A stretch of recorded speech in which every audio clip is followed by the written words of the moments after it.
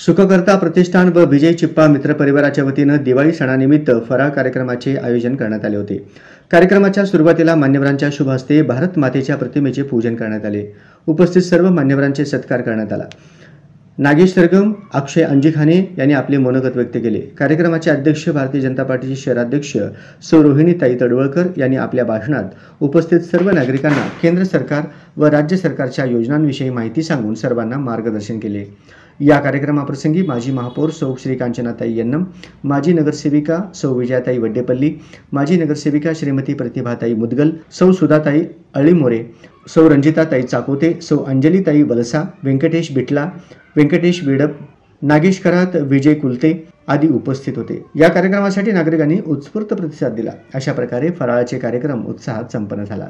या संपूर्ण कार्यक्रमाचे सूत्रसंचालन श्री सुहास मुदगल यांनी केले, तर मान्यवरांचे आभार सुखकर्ता प्रतिष्ठानचे संस्थापक अध्यक्ष विजय चिप्पा यांनी केले। कार्यक्रम यशस्वी करण्यासाठी सुखकर्ता प्रतिष्ठानचे सर्व पदाधिकारी व सदस्यांनी परिश्रम घेतले।